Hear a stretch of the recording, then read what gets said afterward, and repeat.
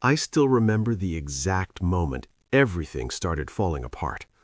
It was the sound of my manager's voice cutting through the noise behind the counter, sharp, loud, and impossible to ignore. "Ethan, step into the office, now." Every head turned toward me. Customers, co-workers, even the guy who'd been yelling about his order just seconds ago went quiet. My chest tightened, because I already knew why. And the worst part? I thought I had gotten away with it. My name's Ethan Carter. I was 19, juggling community college and a part-time job at a fast food place that smelled permanently like grease and regret. It wasn't where I wanted to be, but it was where I had to be. Tuition didn't pay itself. Rent didn't care about dreams. And my mom, well, she was doing her best, but I knew she couldn't carry both of us anymore.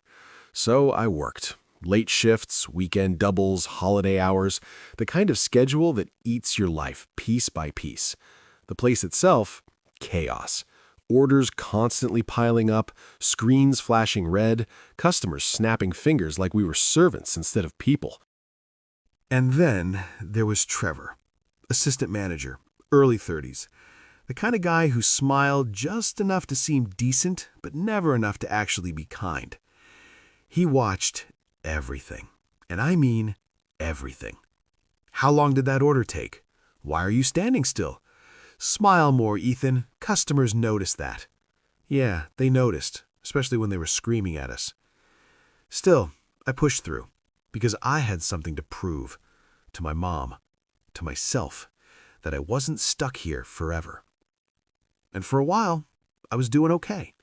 Until one small decision changed everything. It started with something stupid. A missing $20. I noticed it at the end of my shift while counting my register.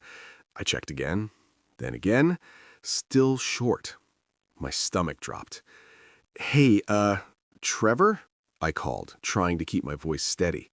He walked over slowly, arms crossed. "Problem?" "My register's short." "How short?" 20. He sighed like I'd just confirmed something he already believed. "Stay here." He counted it himself, slowly, deliberately, then looked at me. "That's not good, Ethan." "I know, but I didn't." "Everyone says that." That hit harder than I expected, because I hadn't taken anything. But in that moment, it didn't matter what I said. It mattered what it looked like. And it looked bad. He let it slide, barely. "Just be careful. Next time, it's a write-up." Next time. That phrase stuck in my head, because there shouldn't have been a next time. But there was. A week later, another shortage. 15 this time. I double-checked everything. Receipts, transactions, even the cameras. Well, as much as I could from the angle above the counter. Nothing made sense. But Trevor was already watching me differently. Suspicious. Cold. And then the whispers started. "Did you hear about Ethan?" "Yeah, second time, right?" "Man, that's not a good look." I could feel it. Every shift, every glance. Even my friend Lily started asking questions. "You sure everything's okay?" "Yeah," I said. But it wasn't. Because deep down, I started questioning myself. Had I made a mistake? Missed something? Or worse, was I being set up? The pressure built fast after that. Trevor started hovering behind me more often, checking my register mid-shift, making notes, always watching. And then came the customers. One night, a guy slammed his tray on the counter. "This is wrong." "I'm sorry, sir, I can fix that." "No, you've done enough." People stared. Phones came out. I felt my face burn. Trevor stepped in, but not to help. "To be honest, sir, we've had issues with him lately." My heart dropped. He threw me under the bus, just like that. And the worst part? The customer believed him, left a complaint, mentioned my name. That night, I sat in the break room, staring at my hands. Shaking. I wanted to quit, walk out, forget this place ever existed, but I couldn't. Because quitting meant losing everything I was working for. So instead, I made a decision. If something was wrong, I was going to find out what it was. The next shift, I came in early. Earlier than usual. Earlier than anyone expected. And I didn't clock in. I just watched. From the corner, near the storage hallway where the cameras didn't fully reach. That's when I saw it. Trevor. At my register. Alone. My heart started pounding. He looked around, quick, careful, then opened the drawer, took out cash, folded it, slipped it into his pocket.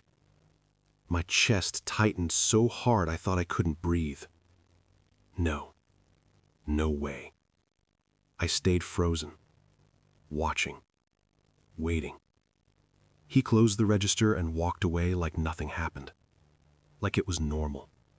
Like he'd done it 100 times before. Because he probably had. And suddenly, everything made sense. The shortages, the suspicion, the way he watched me. He wasn't checking me. He was covering himself. And I was the perfect scapegoat. My hands curled into fists. Anger, fear, relief, all at once. But I didn't move. Not yet. Because I knew one thing. If I went in there now, it would just be my word against his. And I'd lose. So I did the hardest thing I've ever done. I waited. The next day, I came prepared. Phone fully charged, camera ready. Same hiding spot, same time. And sure enough, he did it again. This time I recorded everything. Clear, undeniable. My hands were shaking, but I didn't stop recording, not until he walked away. That was it. That was my moment. I didn't go to Trevor. I went straight to the general manager, a woman named Denise. Strict, fair, no nonsense. "Do you have proof?" she asked. I nodded, then showed her the video. Her expression changed instantly from calm to cold. Stay here. What happened next felt like a movie. She called Trevor in, closed the office door, voices raised. Then silence. A long, heavy silence. When the door opened again, Trevor didn't look at me, didn't say a word, just walked past and kept walking, out the door, gone, just like that. The next few days felt different, lighter, like something heavy had been lifted off my chest. Denise called me into the office again. "I'm sorry," she said. "We should have caught it sooner." I nodded, didn't know what to say. But then she added, "You handled that the right way." That meant more than I expected. My coworkers? They changed too.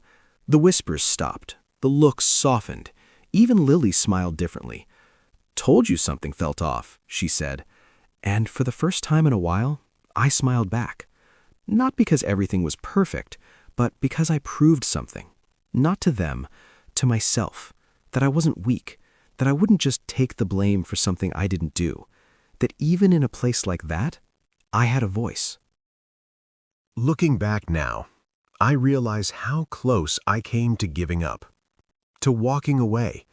To letting someone else's actions define me. But here's the thing. Life doesn't always play fair. People will lie. They'll manipulate. They'll try to make you carry their mistakes. But you don't have to accept that. You don't have to stay silent. Because the truth, it always finds a way out.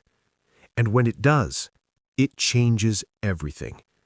So if you're in a situation where something feels wrong, trust that feeling. Stand your ground And don't let anyone convince you that your voice doesn't matter, because it does, more than you think.